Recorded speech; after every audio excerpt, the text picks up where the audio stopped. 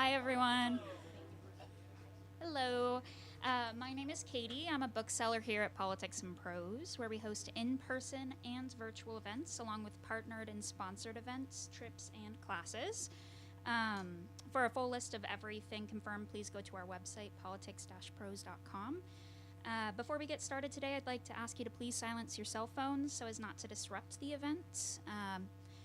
When we get to time for Q&As, we've placed a mic at the end of the aisle on your right over there.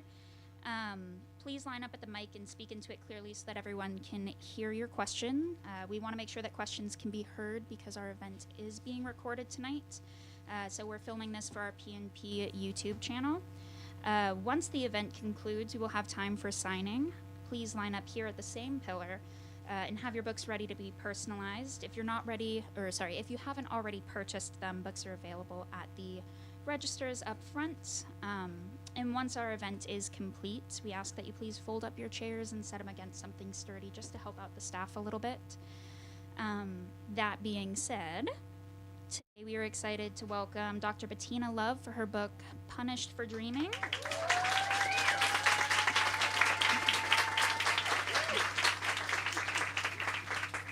And this event is partnered with the Walt Whitman High School Leadership Academy for Social Justice, who will introduce the author and moderator after a few words from our other partner tonight, the Washington Literacy Center.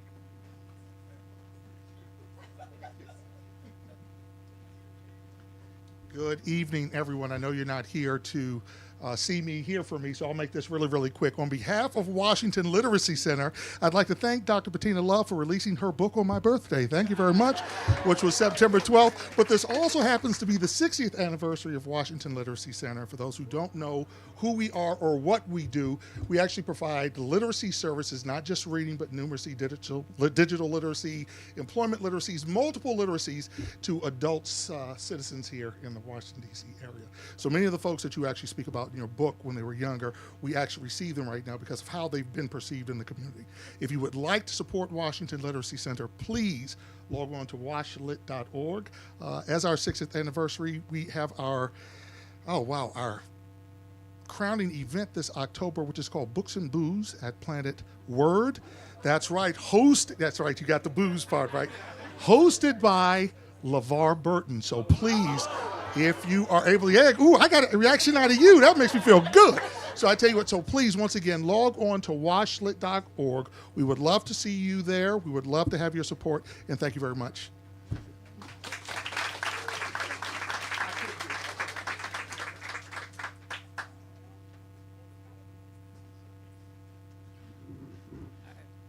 Good evening. My name is Kayla Geno, and I am a senior at Walt Whitman High School. Hi. I am president of the Whitman chapter of the Minority Scholars Program, vice president of my school's Black Student Union, and I'm the president of Whitman Navigators.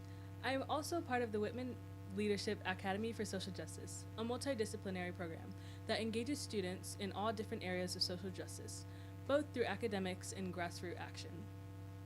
As a student who works hard to make my school a more racially and socially equitable environment, I am incredibly honored to introduce and welcome Dr. Bettina Love, the author of Punished for Dreaming, How School Reform Harms Black Children and How We Heal. I first heard of Dr. Love's work in my Intro to Social Justice course, and her message as an activist encouraged my peers and I to move past allyship and instead become co-conspirators. Being a co-conspirator is a trailblazing concept that challenges activists to not just be a part of the solution, but create and drive the solution. Last year, I had the amazing opportunity to sing at an event featuring Dr. Love in her first book on abolitionist teachings called We Want to Do More Than Survive. I am so glad to have this full circle opportunity to come back to Dr. Love's incredible work and introduce her. Her discussion will be moderated by Tony Keith Jr., a poet and author with an upcoming book as well, and a musician who is an educational leader in DC. Dr. Love, we are so excited to hear more about your writing process. Please welcome Dr. Bettina Love.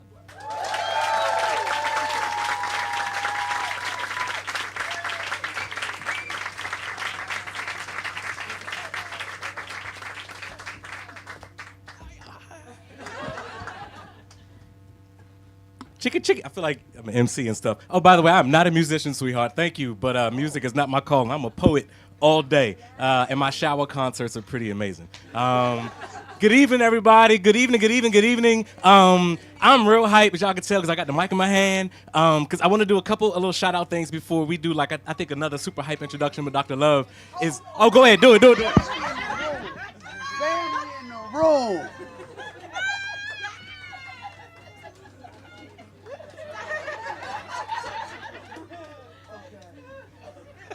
Shout out to the front row. Family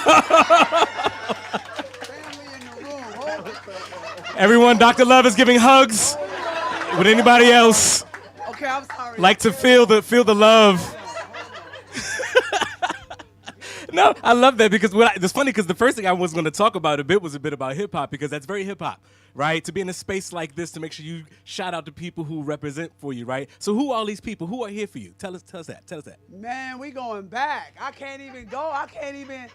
2015, maybe? Oh, they close. She been to the house. Man, listen, we did something crazy. At Elvis's old house, he rocked the stage at Elvis's old house. It was absolutely amazing. Wow. We were in there playing all types of black music, turning up at Elvis's old house. These folks right here, oh my word, we've been rolling tight for almost 4 years through the pandemic.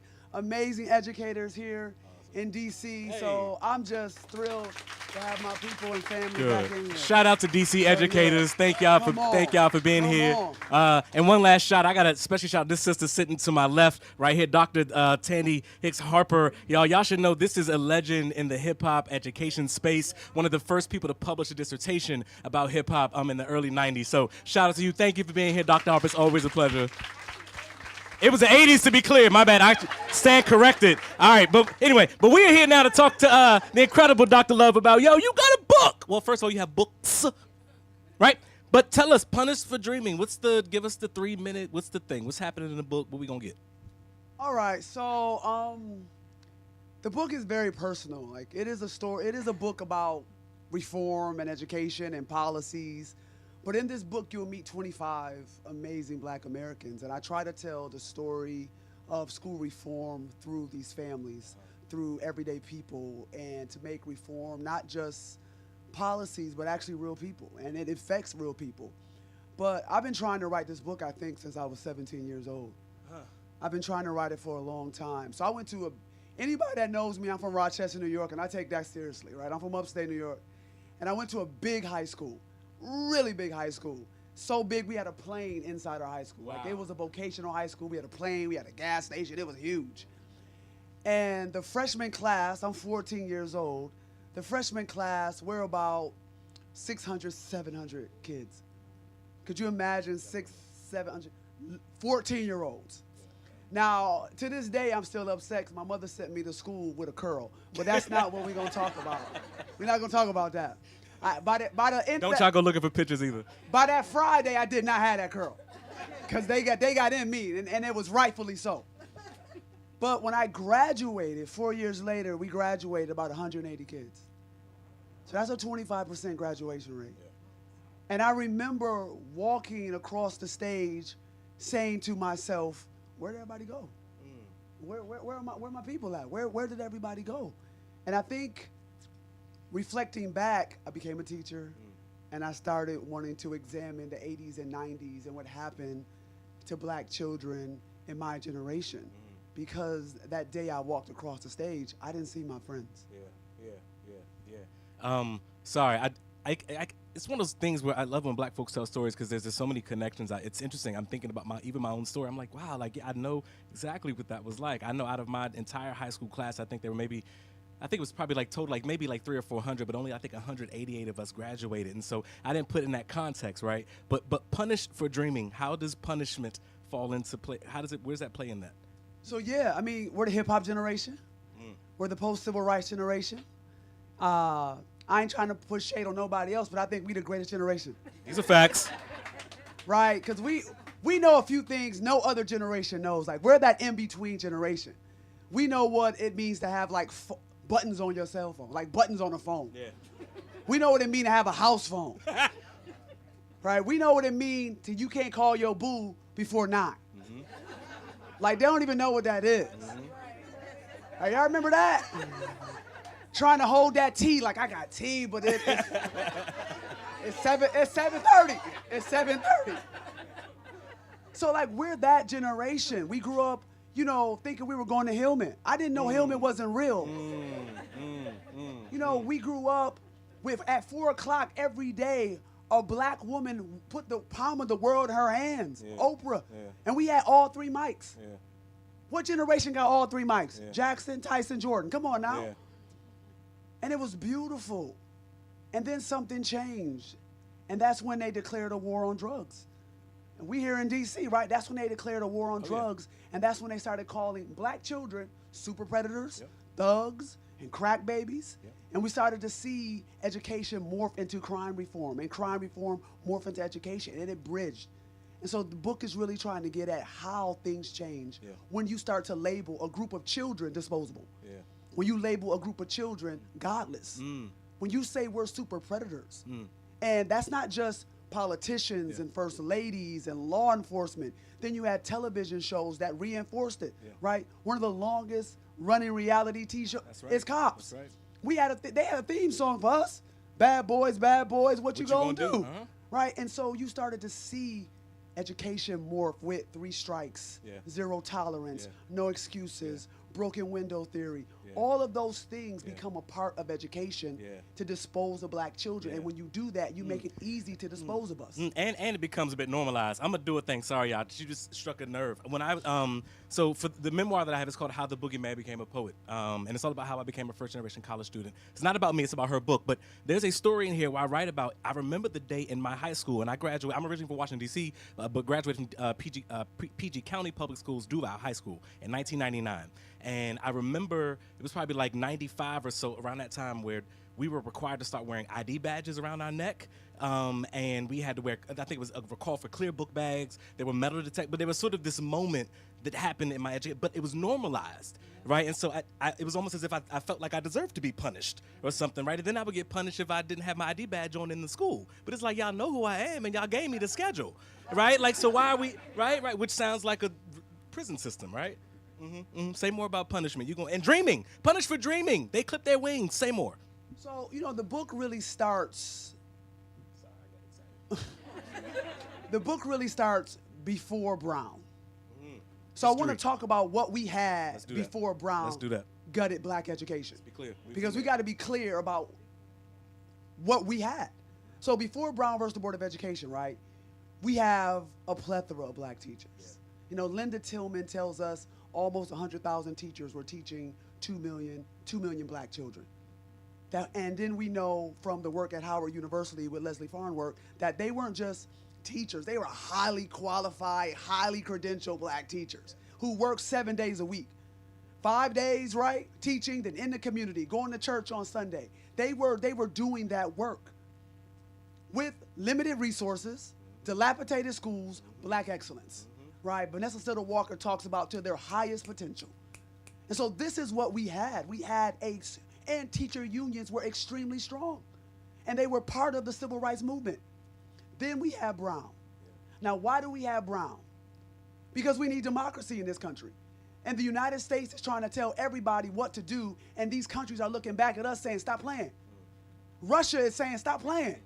How are you going to sit here and tell us what to do when look how you're treating black people? Now, Russia don't care about us. But they want to make it clear you can't sit here and say you're a beacon of justice when you're doing black folks like that. That's why Brown is a unanimous decision. It's a political decision. But what Brown does is guts black education. We lose upwards to 40,000 black educators after Brown, 90% of black principals after Brown. Between in the 30s, 40s, and 50s, black teachers, particularly in the South, made up 50%, upwards to 50% of black educators. We haven't been above 10% in 40 years. You saw school boards change policies. You saw all types of tests and certifications to become a teacher now that you never needed before. And these certifications do not say if you can teach or not. This is garbage. all these things start to change because we had the audacity, the courage to integrate these damn schools so you can be called a democracy. And so here we are, punished for dreaming. How about that? Black folks want to vote, you punish us for that. How about that? We believe in justice, you punish us for that.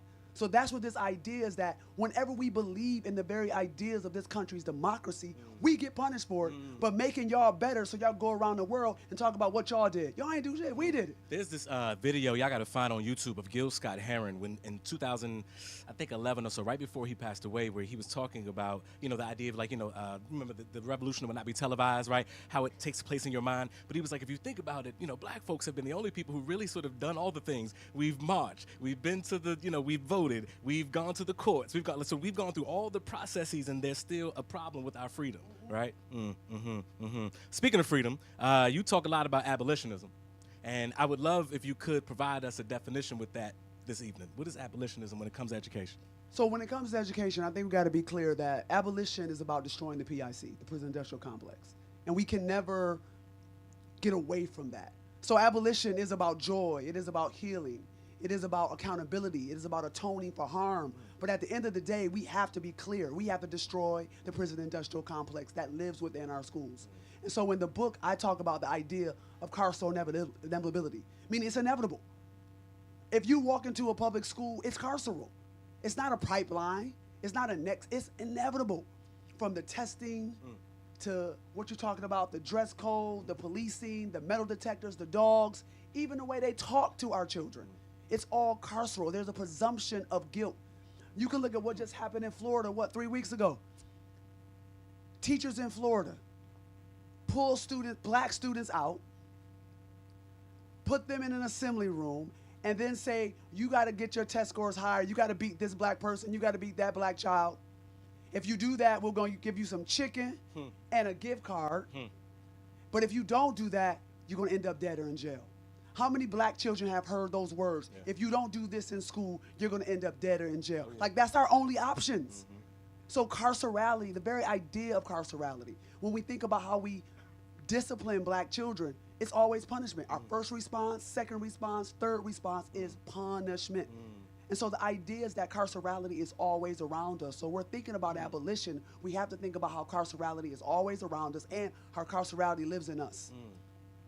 How we like to punish, how we feel like punishment is right for black children and children of color. That is the way we have been conditioned.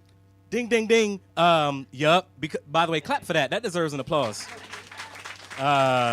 All these jewels up here. Again, every time you say it, it makes me think of something else, right? And so what I was thinking about was like how black language, right? African American vernacular language, AAVE, however you want to call it, this, that, day, everybody, mother, father, blah, blah, blah, blah, blah, right? The ways in which some of us naturally just sort of speak before we're required to code switch, right?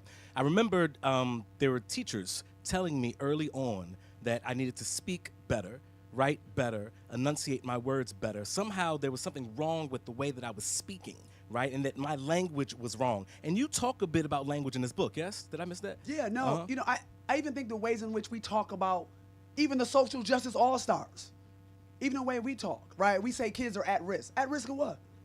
At risk of who? Or they're underprivileged. Well, who overprivileged?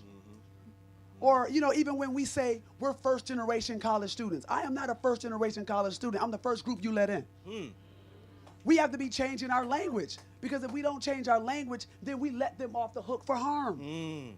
So even the way we talk about our kids trying to do this work, we have a funding gap. There is no gap. Yeah. It's racism. Yeah. It's structural. Yeah. Achievement gap. Achievement gap? You've done everything to ensure by design. And you got the audacity to say there's an achievement gap? But when we use this type of language, it obstructs what is actually happening to us.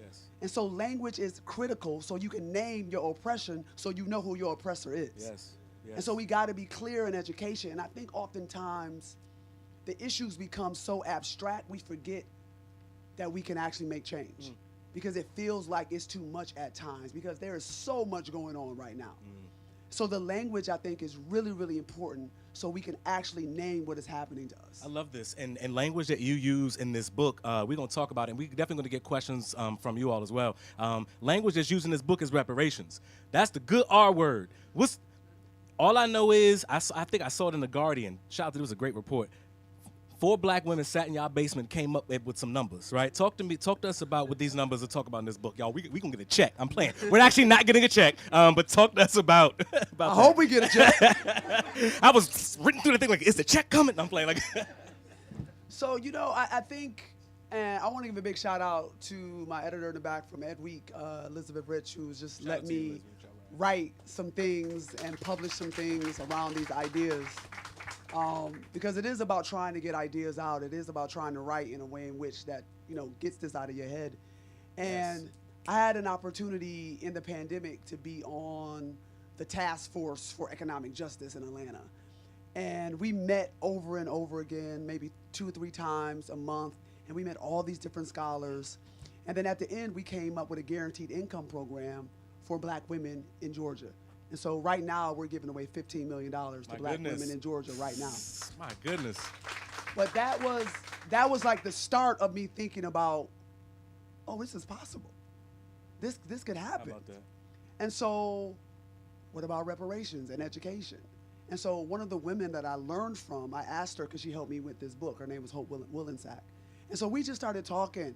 And every week or so, we would meet, and we would start to think about what was a justice formula. And then once we realized we couldn't change a justice formula for school funding, that was like out of our purview. We were like, okay, what's next? Okay, reparations is next. So we started meeting with all the top scholars in reparations, all those top policy wonks, and we came up with these categories. They started saying the same thing over and over again, so we knew we could have categories. And so we were like, okay, then we got an economist, then we got another policy person, and one weekend, these black women did like hidden figures in them. Shout out to black women. Right? Big clap. Thank you.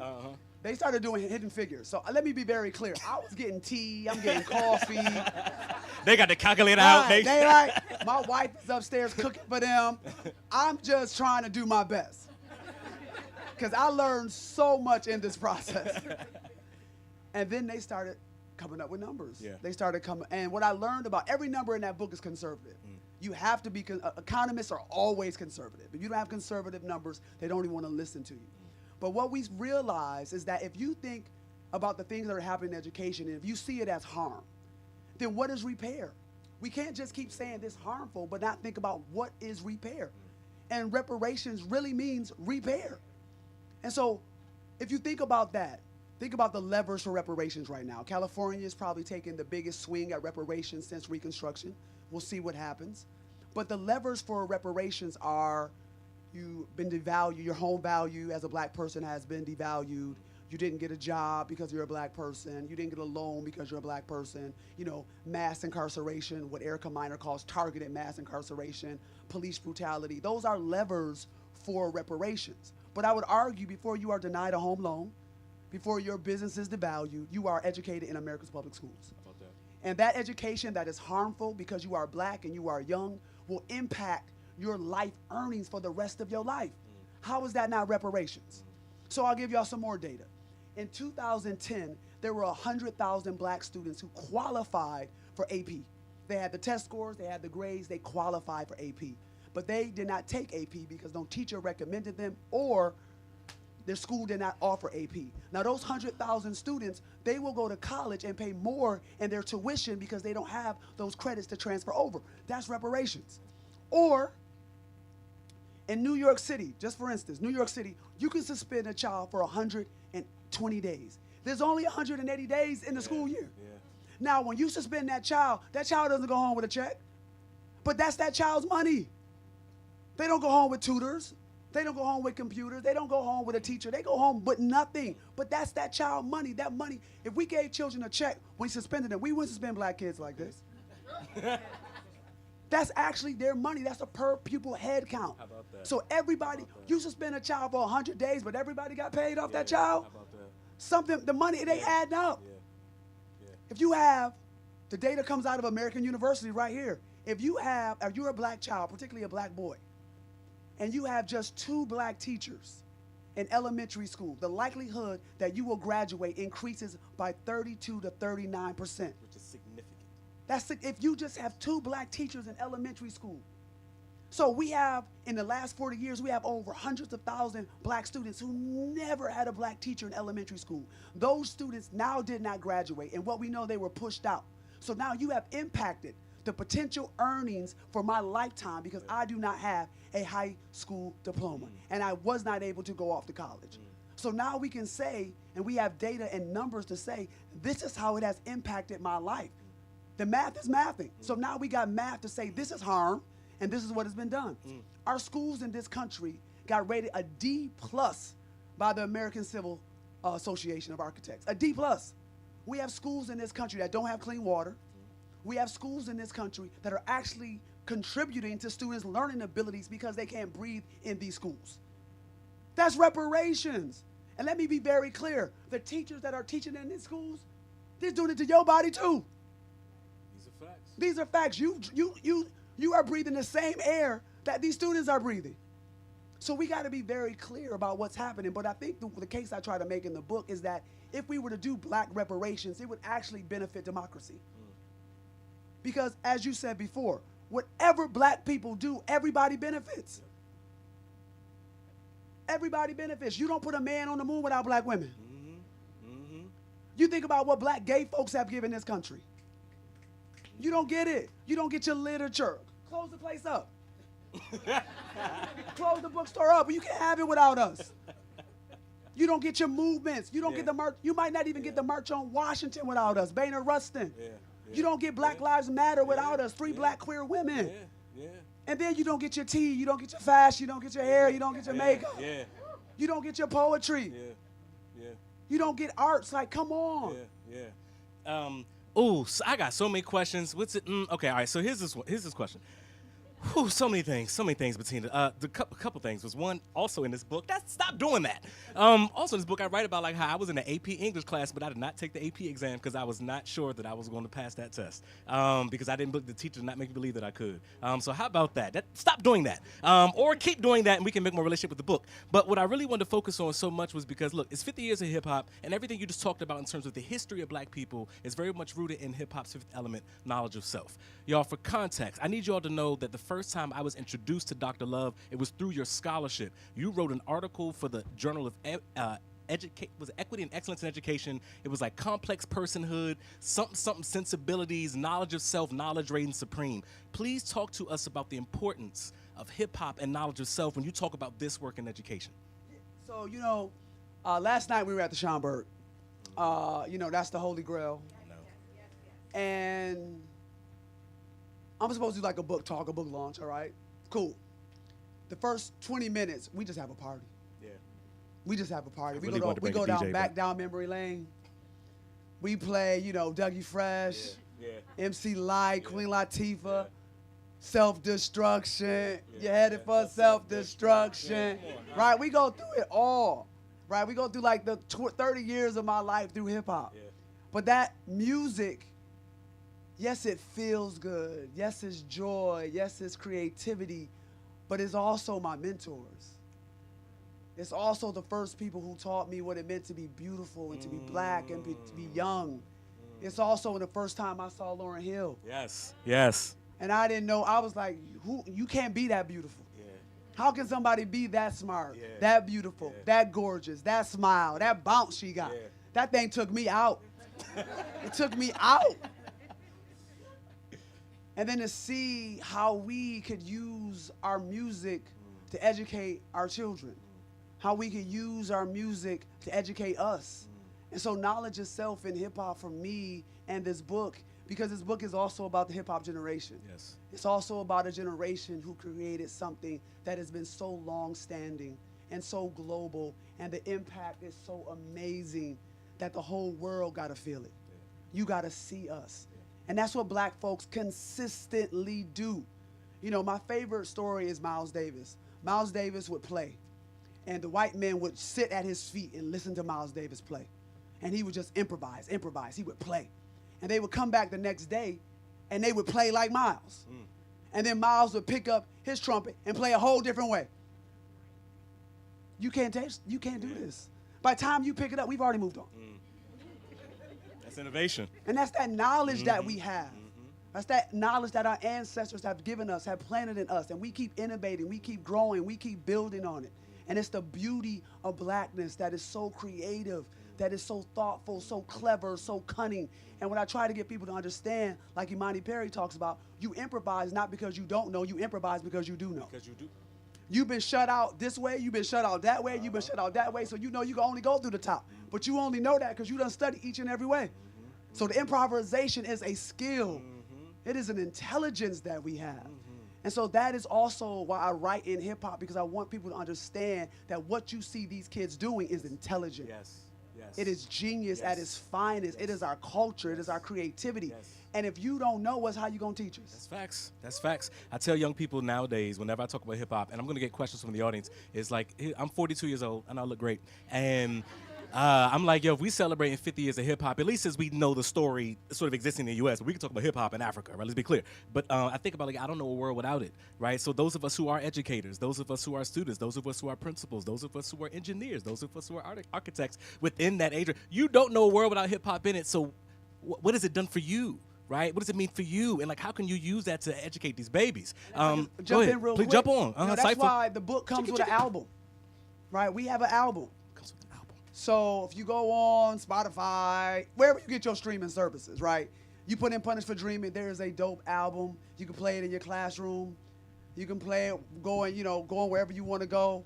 It is an amazing album. And so that's what we also wanted to do, is we wanted to create art. Yes. I brought some with me, right? We also got coloring books. Punish for Dreaming coloring books.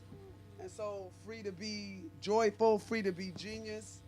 And then also, right, I'm free to grow old. Black folks deserve to grow old. Facts. Black men deserve to grow old. Ashe. And so it's always, for me, about, again, creating. Creating. I never thought I'd produce an album. I never thought we would have, a coloring book with I wanted to just create. Yeah. Because I know that this book also is heavy at times. I know this book also has stories about harm and stories about young girls being brutalized at school. So I want you to stop and check out the study guide that Shay Martin created, an amazing educator, a queer educator out of The Ohio State, created the study guide for this. You can check it out online. It's totally free. The song's totally free. The coloring book, totally free. Right? So I wanted to create an experience so people could breathe, people could stop, play the music, stop, color, but also keep going and build community for the book. So speaking about hip hop, we got an album to go with it. We do. Shout out to the album. Clap for that. And I just want to make sure we got a question for you right here to your left. Yep. Yeah, let's do it. What do you think of the recent trends where there's a huge demand for workers now, like in high school? People who go to trade school can be earning six figures, for example, and really enjoy and graduate, spend half a day building houses and things.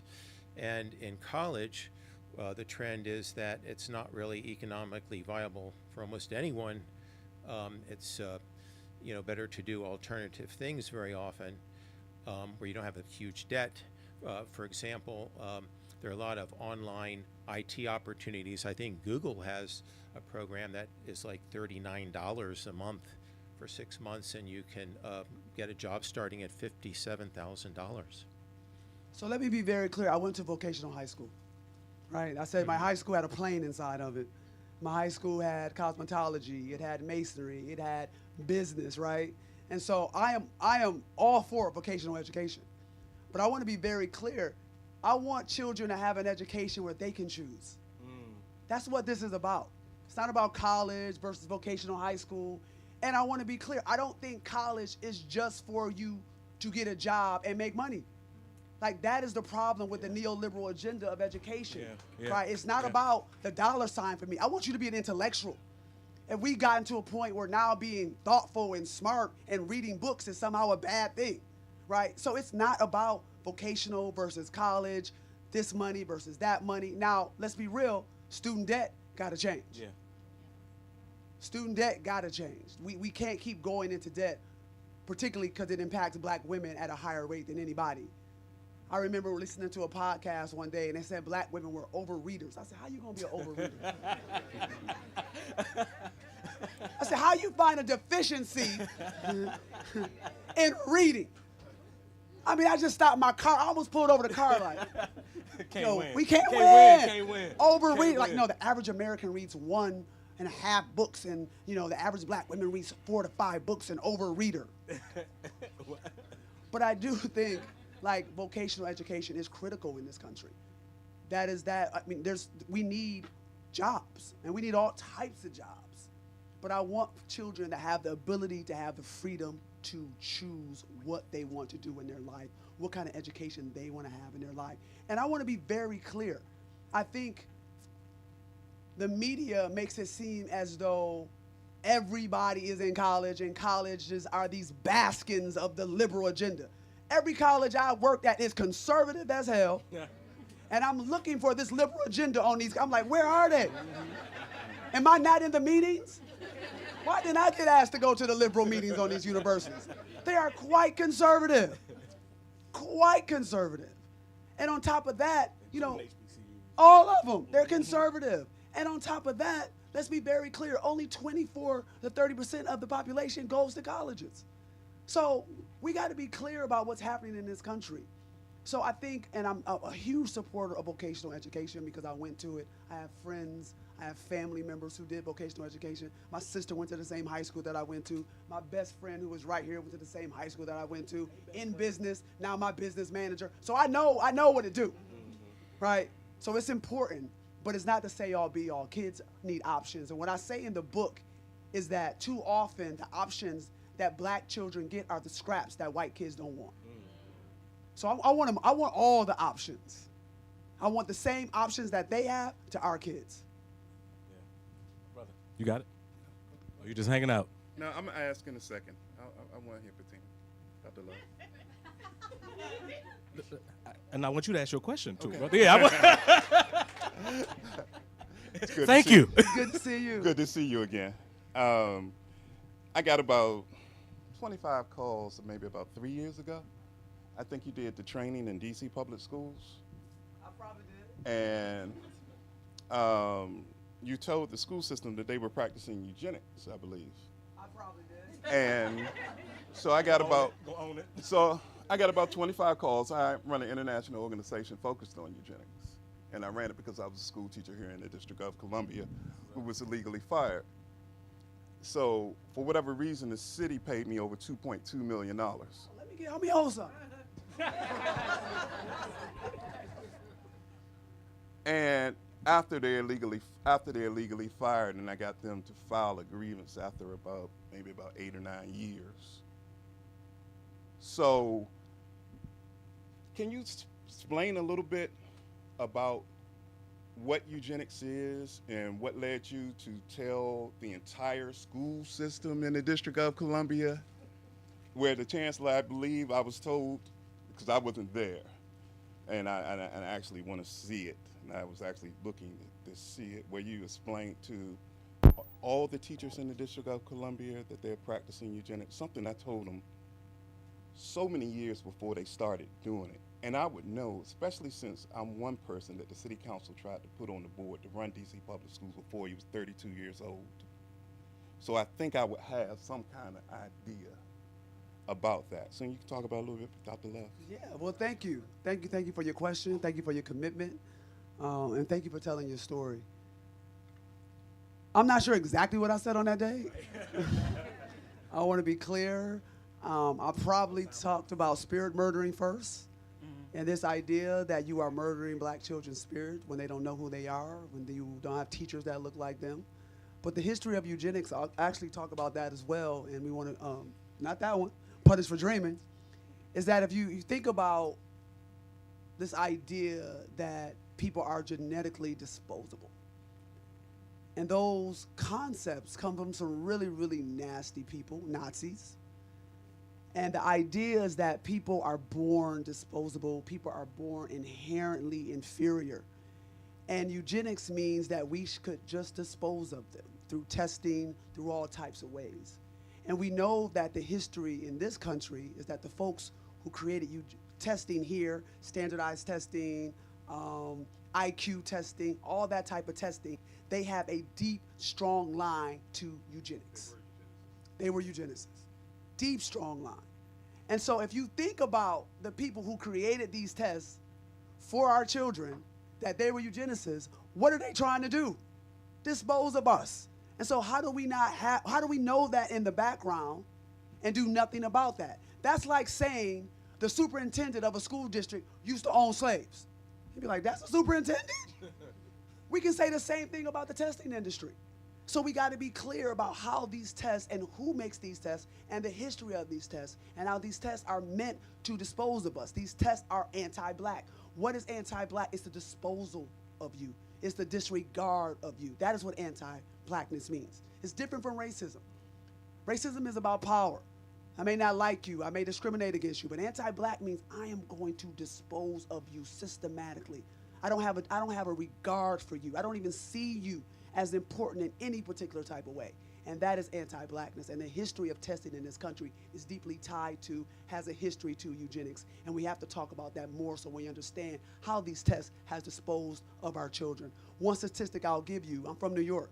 New York has the Regents exams, which is absolutely ridiculous. But we know that exit high school exams increases your rate of incarceration by almost 14%. That's eugenics. You are using tests to ensure that we are disposed of. Charter schools have lotteries. How you got a lottery? Right? These are the ways in which you dispose of people. These are the systems that you create that dispose of children. And we're watching it and seeing it, and they call it reform. Thank you for your question, and thank you for your work, brother.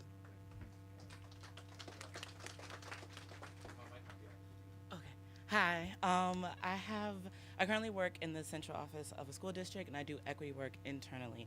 And I think that we've gotten to like a very beautiful place where we have a lot of black leadership, and we still have white leadership, but a lot of black principals, black on the school board. And I struggle with the history of anti-blackness making us feel disposable.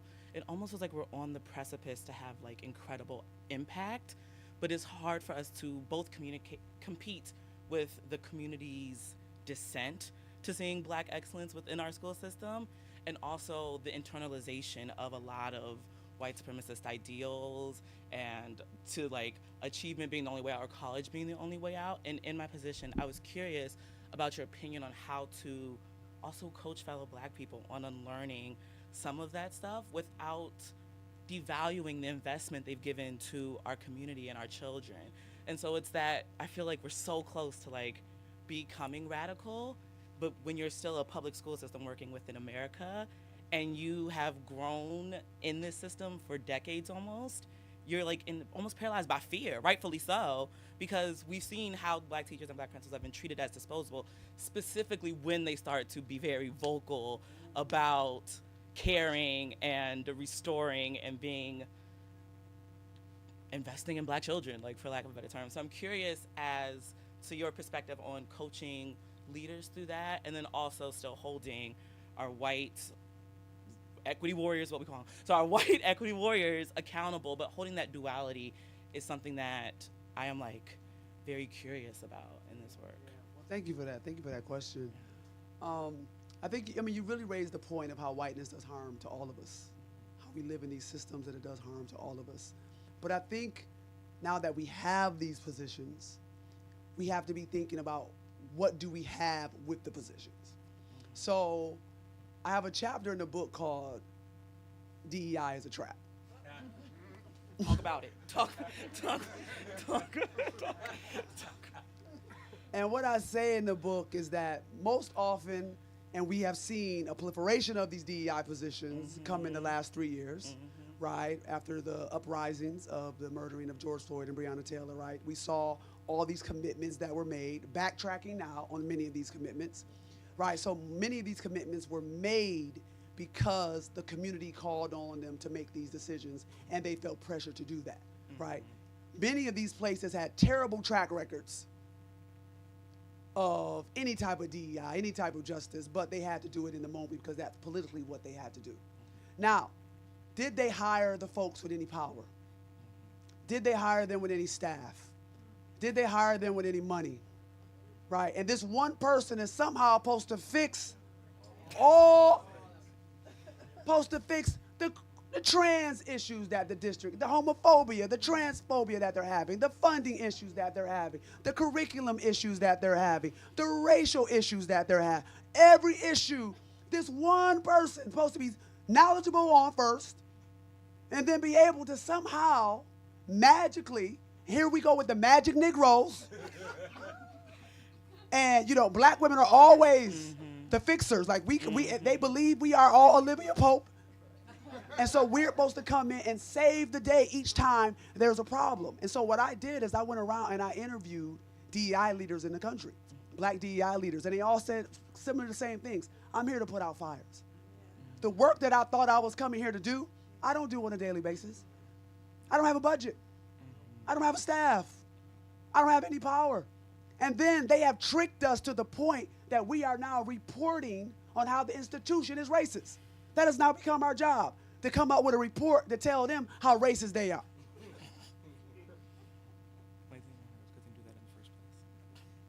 So we have to understand what these positions are.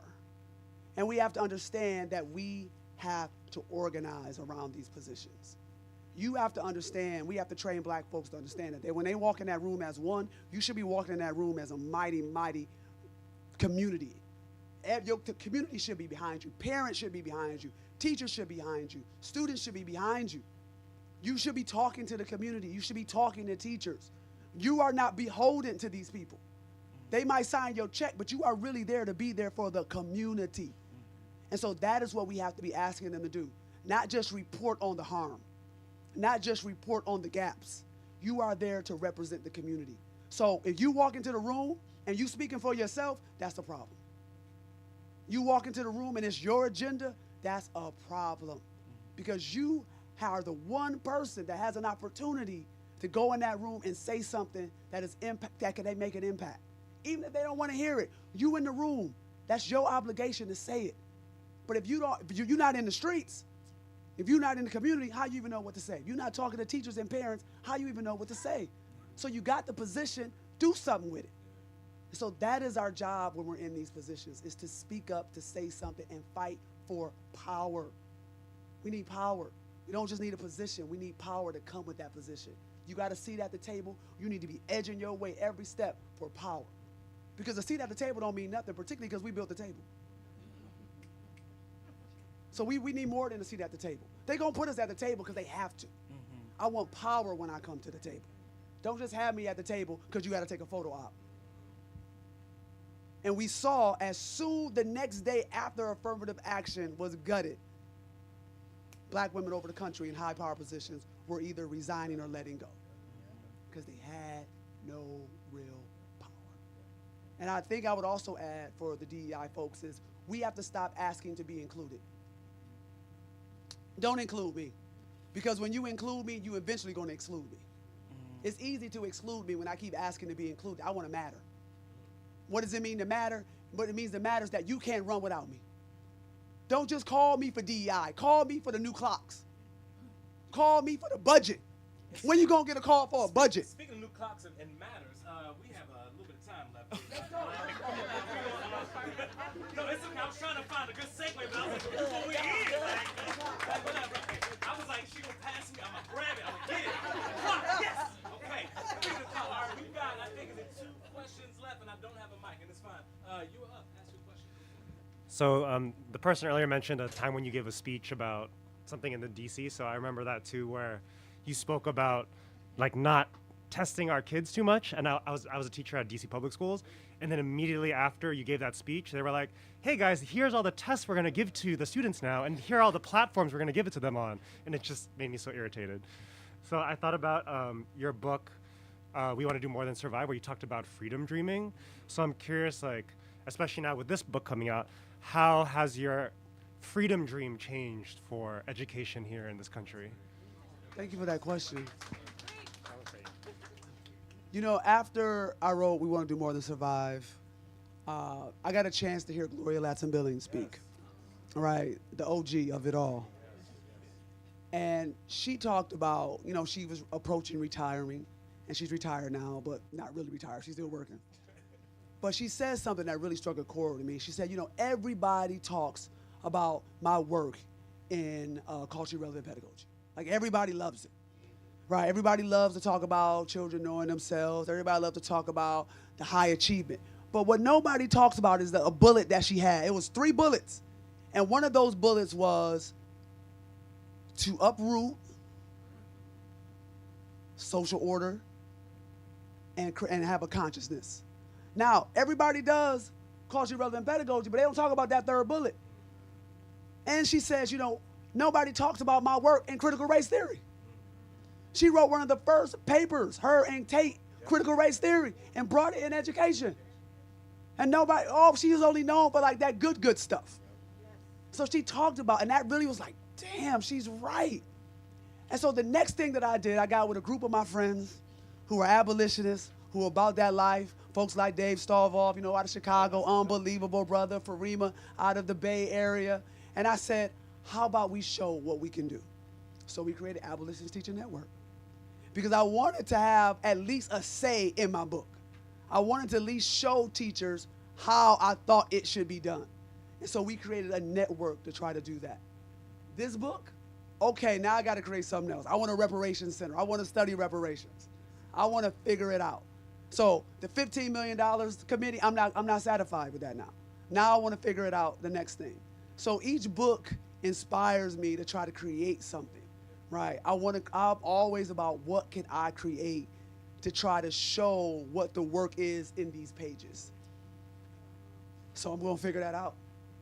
And so that's my next step. I'm going to try and take all TC's money to do it.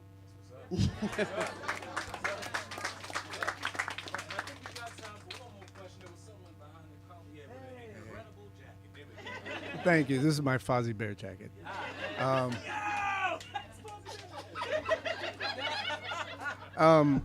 Hi, sis. I got to call you sis because I'm from the Heights, and you Yonkers, so that's how we do.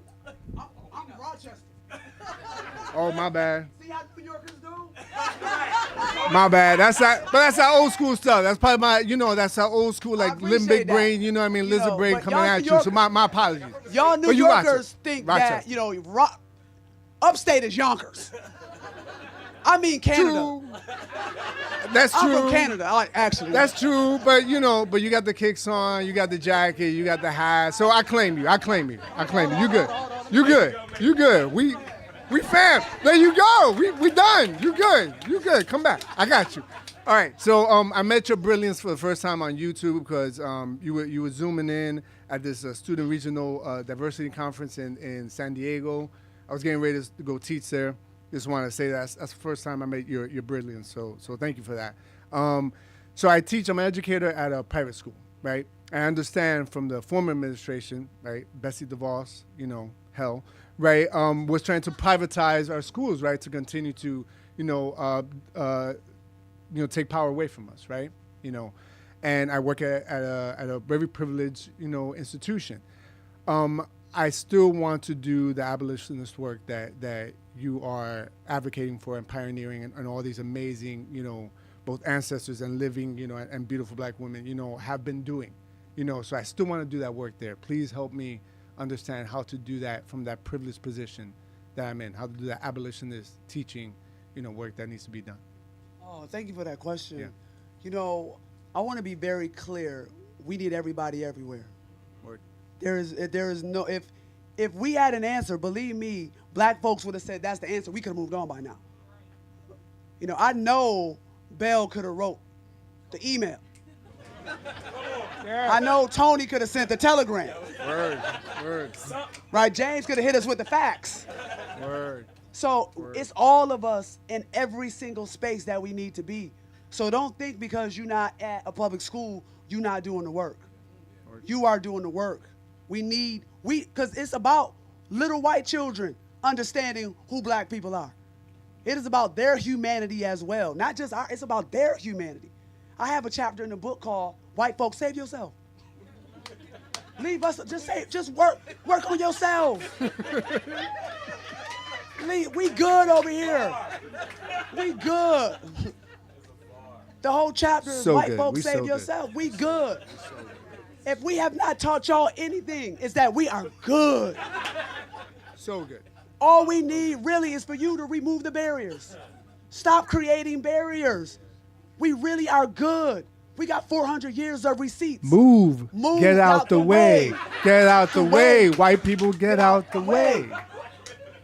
And And so what I'm saying to you is that your job when you walk in that school, in the body that you walk in that school, in the color that you walk in that school, with the tattoos that you walk in that school, you doing the work. You are showing them our humanity every day. You are showing them love and grace and kindness every day. And all students, regardless of the color of their skin, need to see us. The data says all students benefit from teachers of color. All students. So you are still doing that work. And now to think about the black students, if there are some at the school. We got them. Right. Yeah. How are they treated? How do you bring more teachers like you? How do you look at the suspension rates? How do you look at the discipline rates? How do you look at the textbooks that they get? How do you try to make sure understand that they get an experience, even at a school like that, that is beautiful and black and represents them and they can see who they are? And how do you help them understand, even if you're here on scholarship, there's no actual scholarship for black people because it's money that they already owe us. They have never given us anything. If anything, they still in the red. Y'all in the red. You ain't getting me no scholarship. I went to college on a basketball scholarship. They still in the red. And so we got to be clear and help those black students that when they walk on that campus, you have your head held up extremely high. And they need you here. Without you here, this place is bland. Ain't no seasoning. You make this place. They need you. You don't need them. And you take, and you take, and you take, and you bring it back to your people. So you instill that in these black students at these places because we need us everywhere. But some of these places are cruel and mean, and they start to wear you down about who you think you are. And so when you see that, you got to intervene. When you see that, so is there a program after school you can run for just black kids, all types, stuff where they can get involved and feel great about themselves? Where can they have just an interest group for them to learn about Baynard Rustin, learn about Ella Baker, where they can have that type of space? Because what I know is that they need that type of space. That's why HBCUs are so important, right? They do the work. If you look at HBCUs, right, 50% of black doctors come from HBCUs, 50% of black lawyers come from HBCUs. They need their space. HBCUs are punching above their weight class. We're talking about a small group of colleges, only 104 colleges that are producing almost 25% of STEM educators and STEM. That's incredible and if we want to keep it 100, we probably talk about 12 schools. And y'all know the 12, one of them, we can start talking about the schools that are doing some incredible work while all these other schools taking y'all money. Right, so we gotta be clear about what your job is there and how are you making space to do the work of justice for all students, but also carving out that space for those black students there to feel loved and feel seen and learn about who they are.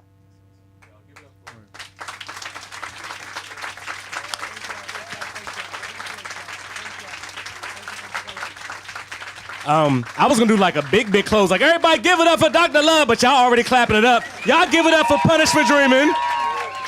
Y'all get it now. And then February 6th, y'all make sure y'all grab a copy of How the Boogeyman Became a Poet. Hey. February 6th, 2024.